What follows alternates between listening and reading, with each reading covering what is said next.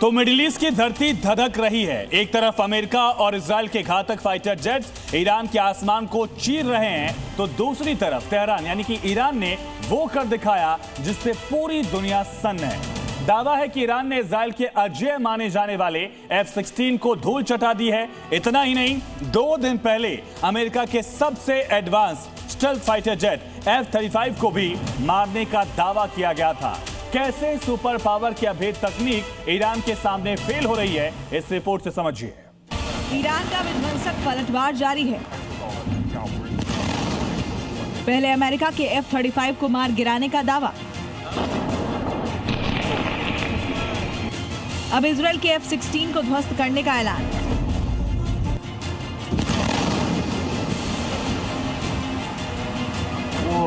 क्या middle east के रण क्षेत्र में बाजी पलट रही है? क्या अमेरिका बैकफुट पर है? ट्रंप लगातार अपने बयान से पलट रहे हैं। कभी सीज फायर की बात करते हैं तो कभी ईरान पर सबसे विध्वंसक अटैक की। इस बीच ईरान ने घातक पलटवार किया है।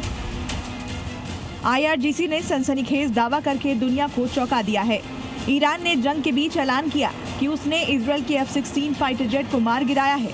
ये हमला उस वक्त हुआ जब इजरायली जेट ईरानी सीमा में घुसपैठ की कोशिश कर रहे थे। IRGC के पब्लिक रिलेशन डिपार्टमेंट ने ऐलान किया कि शनिवार की सुबह 3:45 पर F-16 ईरानी सीमा पर घुसपैठ की कोशिश कर रहा था।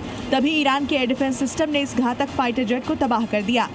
वहीं इजरायली सेना ने स्वीकार किया है कि उसके एक फाइटर जेट को ईरानी एयर डिफेंस सिस्टम से निशाना बनाया गया था।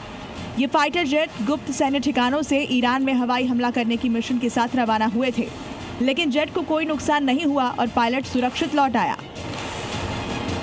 इसमें कोई शक नहीं है कि रशिया और चाइना खुल के इस युद्ध में ईरान की मदद कर रहे हैं। रशिया ने अपना सैटेलाइट चैनल उनको दे दिया है। उसी तरीके से जहाँ तक चाइना का सवाल है, वो भी जो इलेक्ट्रॉनिक वॉरफेयर है उसके अंदर इनकी मदद कर रहा है। इन्होंने रडार जो हैं वो ऐसे रडार बनाए हैं जो पैसिव हैं, जो सिग्नल एमिट नहीं करते हैं। अब आपको बता दें कि इजराइल के F-16 को सूफा यानी तूफान के नाम से जाना जाता है। ये दुनिया के सबसे घातक और उन्नत चौथी पीढ़ी के लड़ाकू विमानों में से एक है। कन्फर्मल फ्यूल टैंक लगे होते हैं जो विमान की ईंधन क्षमता को लगभग 50% तक बढ़ा देते हैं। इसके लगभग आधे से ज्यादा इलेक्ट्रॉनिक सिस्टम इजराइल द्वारा विकसित किए गए हैं। इजराइल मुख्य रूप से 2 सीटों वाले F-16D ब्लॉक 52 वेरिएंट का उपयोग करता है। पाइथन और डरबा एयर टू एयर मिसाइल और स्पाइस सीरीज के स्मार्ट बमों को ले जाने में सक्षम है। इलेक्ट्रॉनिक वॉरफेयर से लैस है, साथ ही खराब मौसम और रात के समय भी जमीन और आसमान में सटीक निशाना लगाने की शक्ति प्रदान करता है। इतना ही नहीं, ईरान ने दावा किया है कि उसने दुनिया के सबसे एडवांस अमेरिकी फाइटर जेट F-35 को मार गिराया है और इसके लिए IRGC ने अपने स्वदेशी मजीद एयर डिफेंस सिस्टम का इस्तेमाल किया। अगर ये सच है तो ईरान पहला ऐसा देश होगा जो ऐसा कर पाया है। F-35 फाइटर जेट को करीब 2 दशकों से अमेरिकी सैन्य ताकत का सबसे बड़ा प्रतीक माना जाता रहा है। ये सबसे प्रीमियम फाइटर जेट है जिसे खास तौर पर इस तरह बनाया गया कि वो दुनिया के सबसे मजबूत एयर डिफेंस सिस्टम को भी चकमा देकर अटैक करने में सक्षम है।